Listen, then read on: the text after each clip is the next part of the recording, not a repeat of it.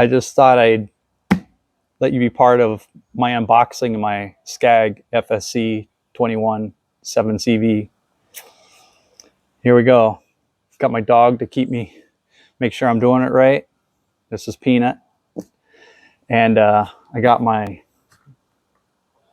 Amazon quality hour meter, tack meter I'm going to be putting on when I'm done. Let's get this thing out of the box, see what it looks like. I already took the staples out. Just got to cut the sides and flop it all open. Here we go.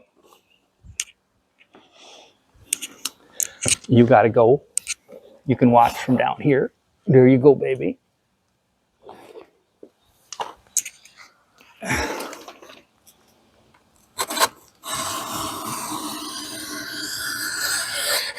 was a special occasion. Got a new blade and a knife.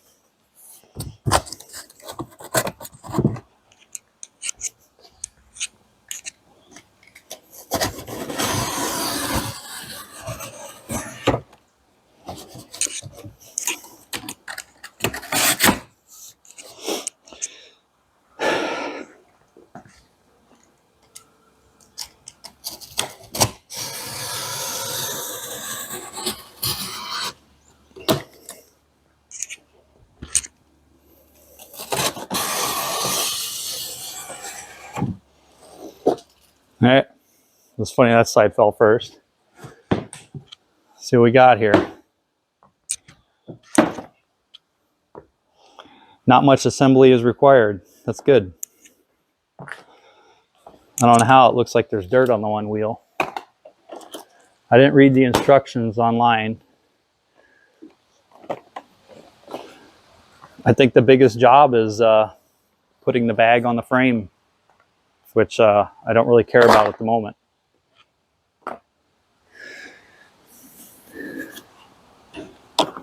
Might have to have Joe help me put the handlebars on.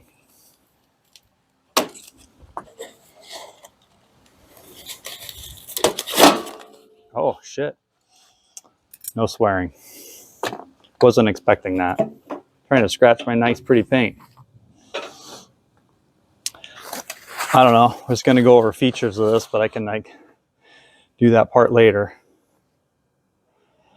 I don't know where to go from here. We'll just pause it. While unboxing this, I noticed this bolt would hit the air cleaner housing and I don't want it scratched. So you just got to slightly pull back and clear the air filter housing. And this is the first time I stood handlebars up. So this is a learning curve for everybody. And then we're going to put the bolts in. I don't think anything's binding. I think it's just these bolts are tight enough that I feel like I'm doing something wrong, but I don't hear any scraping. I don't want to scratch anything. The beautiful thing about this mower, once you unbox it, I realize you only got to do 4 things. You got to add oil, and the oil is 1030, straight 30, or 20 or 1050, which I've never heard of in my whole life. Good thing there's a neighbor mowing now while I'm doing my video.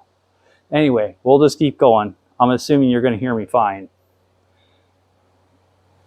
Right there, everything's lined up. Just got to put the bolts in. Oh, I didn't finish all the 4 things. It was gas, oil, put the 4 bolts in, and put the frame in for the bag. There's nothing else needed doing to make it work. So we're going to go and switch over to installing the bolts. Okay, here we just going to go over some of the stuff that was in the bag in the box. It's an owner's manual for the engine, emission control stuff that nobody cares about. Since it's a commercial mower, it's kind of cool. It came with a price tag to hang in the dealership, and everything about it. 0.37 gallon fuel tank, goes 4.25 miles an hour. It's got a 3-speed transmission. It's a GT MG 512. I know from reading it before, it holds 0.63 quarts of oil. It's 223 cc's. It's 11 foot-pounds of torque and it's 7.5 horsepower. Here's the sheet saying it passed inspection. Warranty card.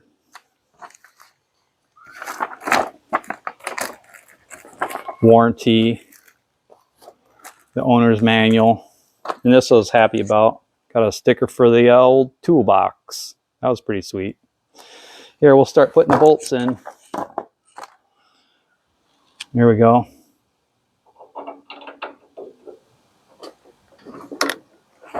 They definitely fit nice and tight.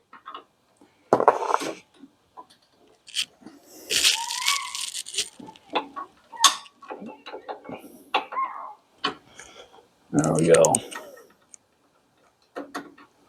They got lock nuts. Nylon lock nuts holding it on there.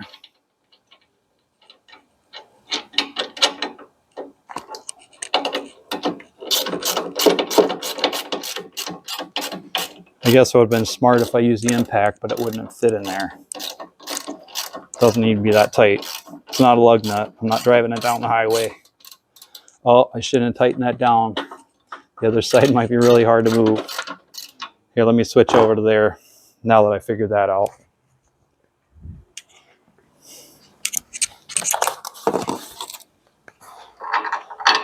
Oh, there we go. Lined up way better. I didn't need to worry about that after all. It's a whole family affair out here now.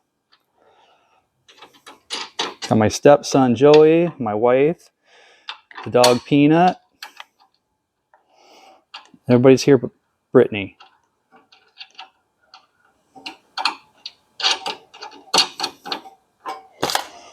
All right. Good thing I'm not struggling with this on camera. That's actually around the corner there. I might have to go get a flexible.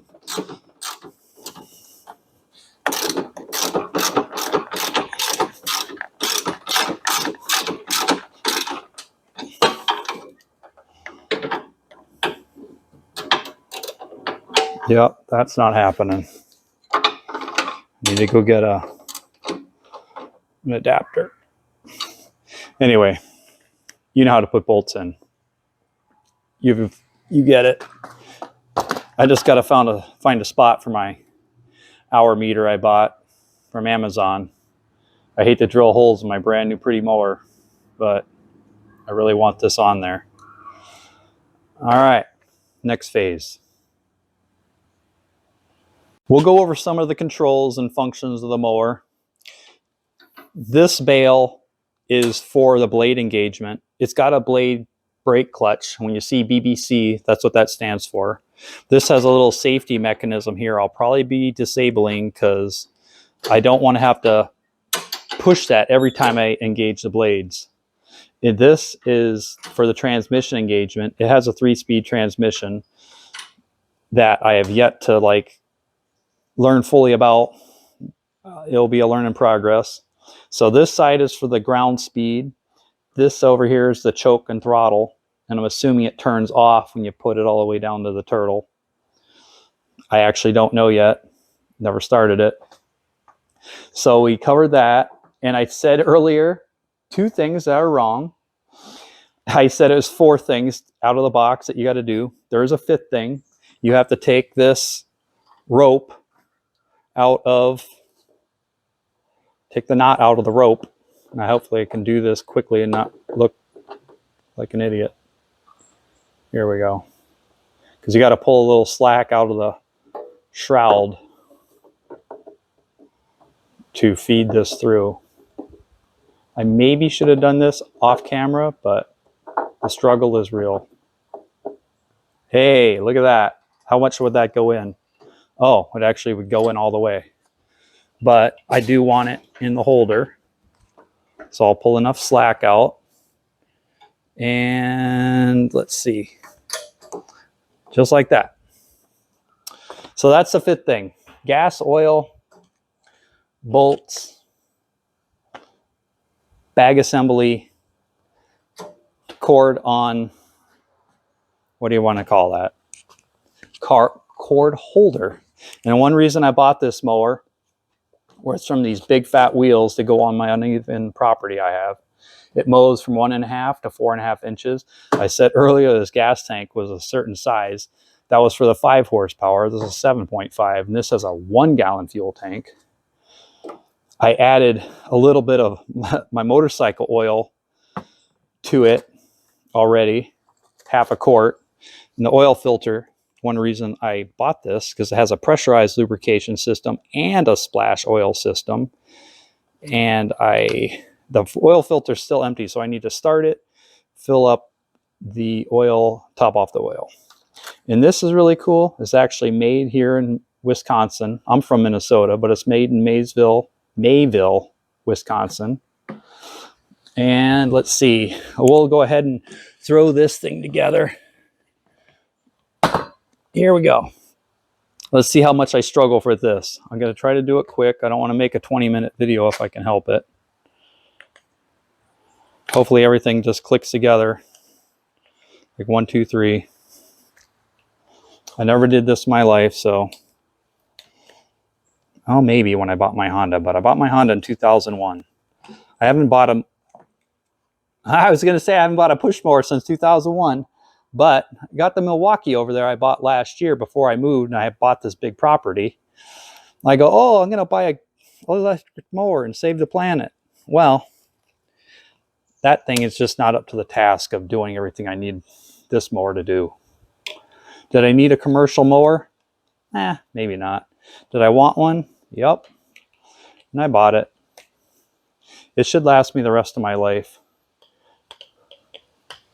Okay. Did that go there?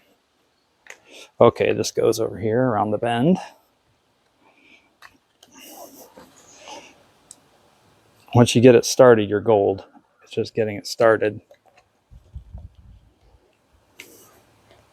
All the other ones went on their piece of cake.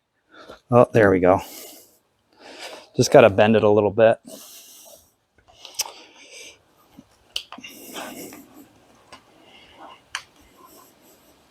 Oh, they're varied. This side clips on this side clips on this side. Okay. That makes sense. Kind of is self-locking.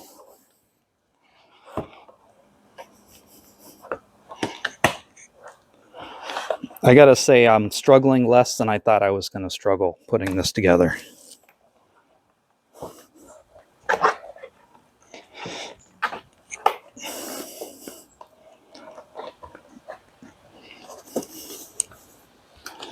Let's see here.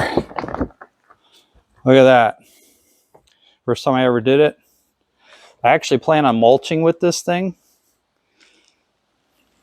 Good thing, because the mulching plug, it's stuck in there really good. I read online you got to beat it out of there with a mallet. I don't want to beat on my mower with a mallet, but if it comes to that, then I heard from other videos that people bought the same mower. You can trim that mulching plug with a knife, a utility knife, trim it down to where it slides in and out. We'll definitely have to cover that another day. Let's see, things I wanted to go over. This is called a quad clean air cleaner. It's got 2 latches. And it's got this screen here. And I guess it spins the air inside, and some of it drops out this little hole. This like cylindrical, drops out this little hole here. It's got a paper element wrapped with a little bit of foam. It fits on here nice and snug. I don't know if it matters which direction this goes on, but it definitely goes on very easily. I covered how earlier this is a small tank. It's a 1 gallon tank. I hear other people tell you online, but it's very, very important you don't put E85 in here. E85 is 85% ethanol, 15% gas. car fuel that most gas stations have is actually E10, even though they don't label it that way, but it's 10% ethanol.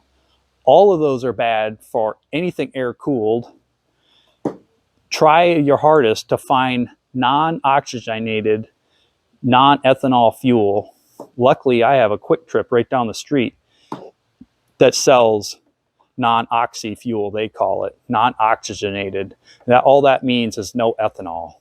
And that's all I have to do to put in here, and I get to start this thing up. I think I covered everything.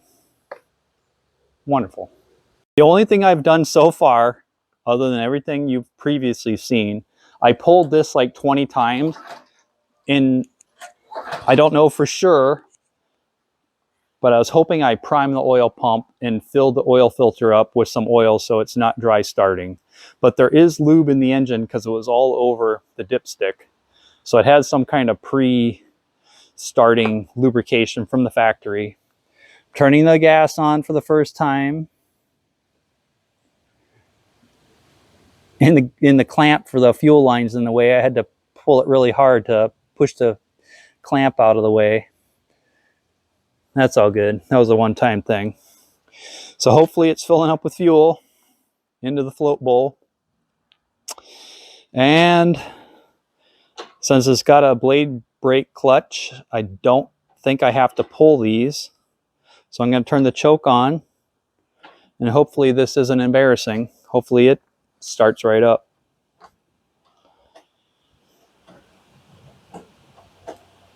Oh, that's for the transmission. I'm being stupid. Okay, here we go. See how many pulls it takes.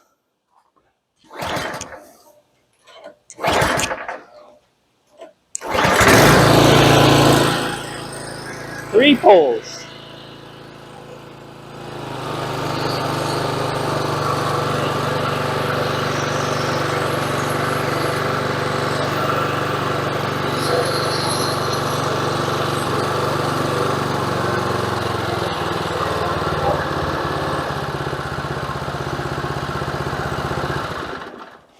So that answers that question. Yes, it shuts off when you pull the lever back. Now the time to check the oil, top it off, and mow some of the grass I haven't mowed in a month because I've been waiting to use this baby. There you have it.